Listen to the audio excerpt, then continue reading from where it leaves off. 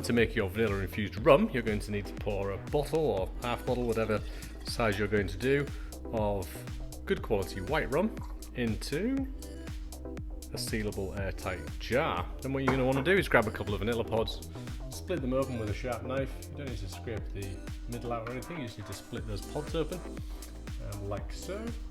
And then you can pop those in the jar, and all you then need to do is obviously seal this up and give it a bit of a shake just to get that going.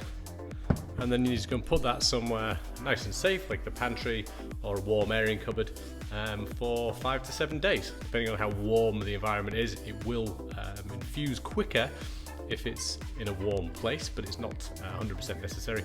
But I would just taste it every day, give it another little shake until you are happy with the flavour. So once you're happy with the flavour, of course, you just simply remove your vanilla pods, and then you are ready to pour this into your bottle. You can obviously do this through either a cheesecloth or through a very simple coffee filter like we're doing in this case.